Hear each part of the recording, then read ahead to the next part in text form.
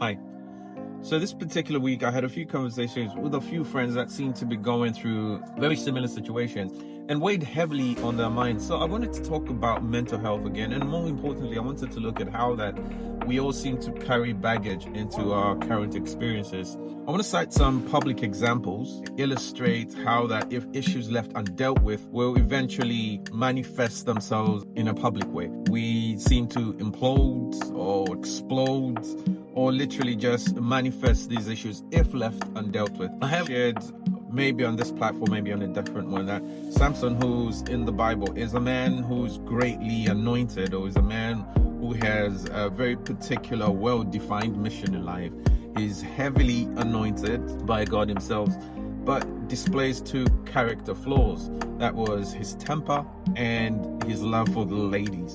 And these two things, because they remain undealt with in his life, these two things actually lead to his downfall. I coined the phrase, the strong, weak man. So what I want to look at in this particular discussion is sometimes the inability for us to, first of all, confront our past to deal with our present.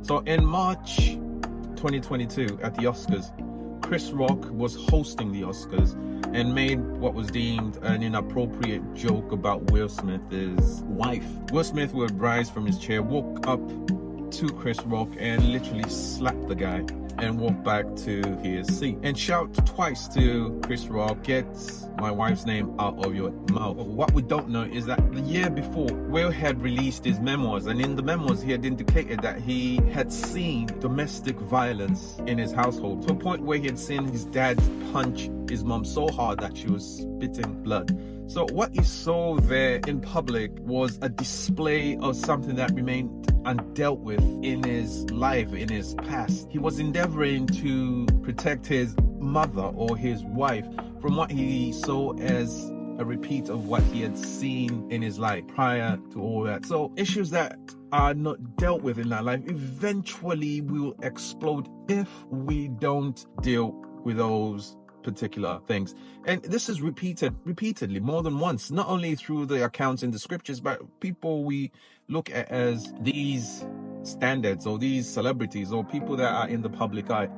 You have the same kind of scenario or same kind of scenes with Mike Tyson, who grows up in a very rough neighborhood, doesn't have a father, mom's always working, trying to provide, and he falls into this criminal underworld where he is doing all sorts of things. He's exposed to drugs and criminality, and you see that lifestyle or that trauma or that motherless type of life trickle into the rest of it. This is a man who's plagued with criminal behavior and a persona of great violence, addictions, and mental health. The inability to look at our past, to change our behavior, trickles into our present. So why am I saying this? Because mental health and mental issues or things that have been traumatic in our lives need to be dealt with. And in the video that I did in June, I prescribed what I thought were ways for which we can deal with these things. More importantly, the first thing that we really need to do is to be able to talk about it.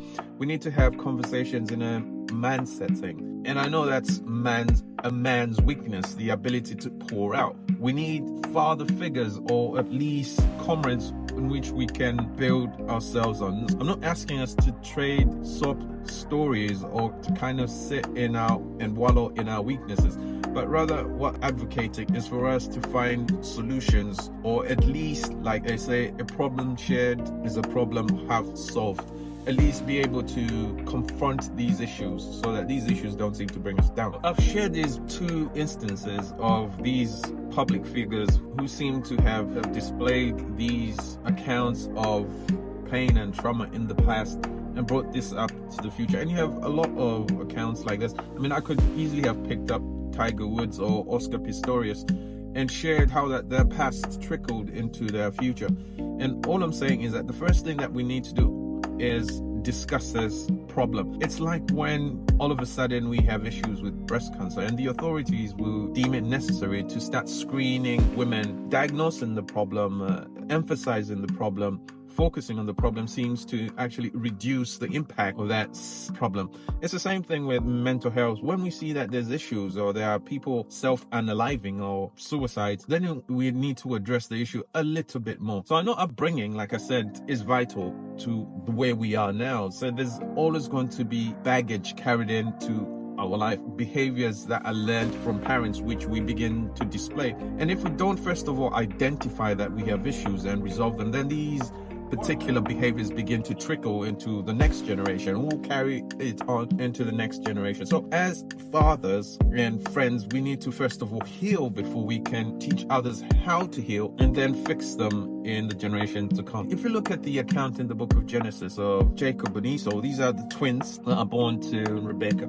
And there's favoritism in that particular family. So one parent would pick one over the other and vice versa. And you see this behavior being replicated in their own sons, in that Jacob himself would pick up Joseph over the other 11. And this would create a rift in that particular family. So what I'm trying to emphasize here is that we all come with baggage. When someone displays a certain behavior growing up, and if it's not dealt with, that trickles on into the next generation and impacts the next generation. And obviously these have got consequences. It creates a rift, it creates rife, it creates a drama, it creates hate in the family.